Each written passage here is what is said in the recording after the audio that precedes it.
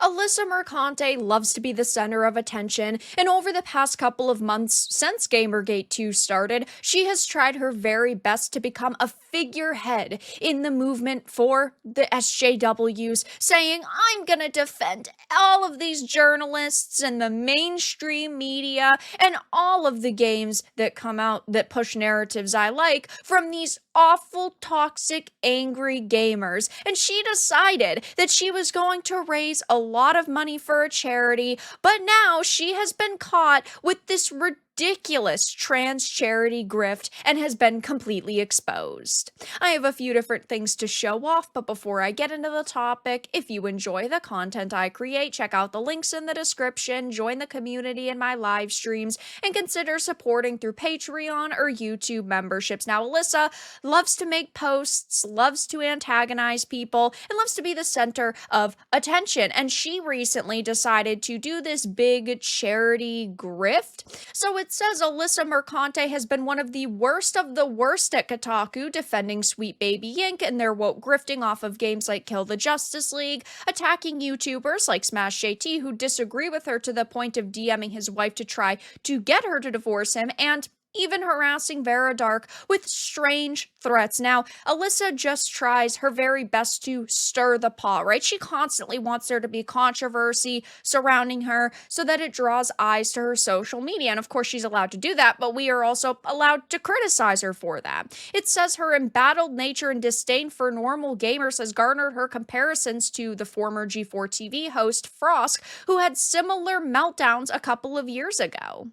Now, of course, in my opinion, these comparisons are hilarious because they're extremely similar. Years before Frost had went on her G4 TV sexism and gaming rant, she had been trying to get attention and basically trying to become the center of as much negative attention as possible. And that's exactly what Alyssa is doing now. And people are calling her out on that. Like The Quartering had made a tweet saying, remember when you threatened to fight another YouTuber and when she accepted, you backed out? Sit down, Discount Frost, and be happy you have a few more checks before Kotaku completely shuts down. And yeah, I do think that Kotaku's on its way out, but it is hilarious. He's talking about me because yeah, I mean, she had went on this rant about how she wanted to physically fight people, and I had made posts saying, yeah, I'll fight you, let's do it. And of course, it never really went anywhere because she didn't want to take any of the opportunities that were being handed to her. I mean, Happy Punch, Keemstar's boxing company, had said, we'll set it up, and she didn't really want to do that. She's just someone who,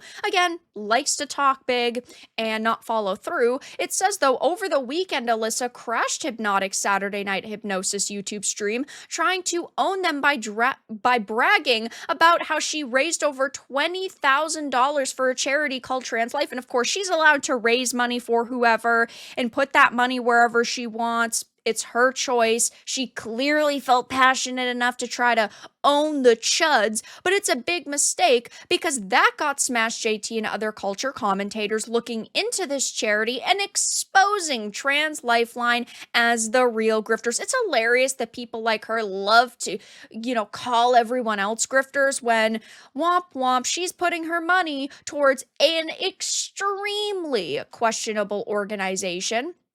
An old Kiwi Farms investigation had exposed how the founders embezzled and misappropriated funds. In January 2018, TransLife's board of directors had to dismiss the founders Nia Chaubel and Greta Martella after an internal audit discovered that they had misdirected over $350,000 of the organization's funds. That's a hefty chunk of change. An internal review revealed that they both had made $353,703 of unauthorized purchases for personal benefit and side projects. So it really just seems like they were generally terrible people who, of course, started this in order to attempt to make money. I mean, how else are you supposed to view all these pieces of information? They had posted about their extravagant lifestyles on their Instagram accounts. Meanwhile, the Trans Lifeline hotline service rarely had anyone online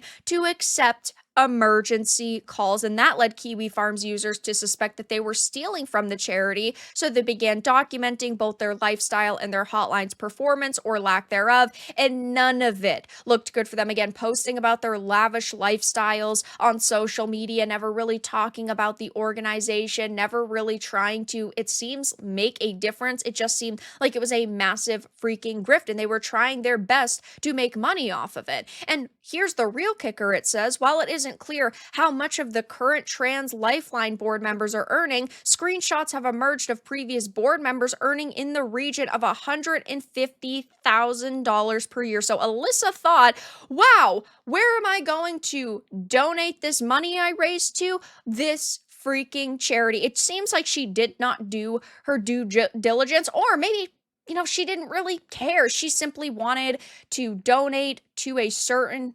organization that had trans in the title, and she just kind of picked the first one that popped up on Google. It doesn't seem like, again, she really put a lot of thought into this, a lot of effort into figuring out where she was going to donate that money. And hey, she's, again, allowed to donate her money wherever she wants. She was boasting about how she raised over $20,000 for a charity, which I guess good for her. But at the same time, now people are absolutely wrecking her for not putting in an appropriate amount of effort into the research, or, again, completely ignoring the clear red flags. So, of course, Mark Kern, aka Grums, somebody who Alyssa has been majorly obsessed with for months at this point, did decide to make some posts about this, and people are absolutely roasting her and also questioning when she's going to officially donate these funds, because she has not showed at this point in time any screenshots or proof that she actually sent the money. So, when you have an individual like Alyssa, who people generally do not trust, she has to go above and beyond to prove she's done something, especially with $20,000. And so far, she hasn't. She's only gone on to other content creator streams, like Hypnotic Stream, for example, and bragged about how she made all that money because of them. Good for you. You raised money for a charity that isn't putting money towards the things they're claiming. I mean, does she want a freaking pat on the back? Hypnotic had commented, "Thanks for the shout out, Grums. Whenever they say they don't watch, they just know they do." She couldn't keep herself in lurk mode like she usually does, so she had to speak to throw money around that she's not even keeping herself. It's quite hilarious. I mean, yeah, she constantly claims, oh, she doesn't watch the content creators that talk about her. Like that list she had made a couple of months ago, the hit list, where she had tons of YouTubers' videos compiled on it. I had 7 videos on that list. She said, I didn't watch a single freaking one of these. I just simply went to YouTube, typed in my name, and I copy and pasted all of those videos in. Yeah, I'm calling bullshit then, like I'm calling bullshit now. Clearly, people like her watch the individual she deems as her haters. People are saying, I cast doubt on any of it even made it to the charity at all. Let's say she did raise the $20K. How much do we think she donated? $1K, $5K, 100% of it? I doubt it, hard doubt. Yeah, she has no trust with gamers, so she's going to have to go above and beyond to actually prove she raises money and, of course, is donating it.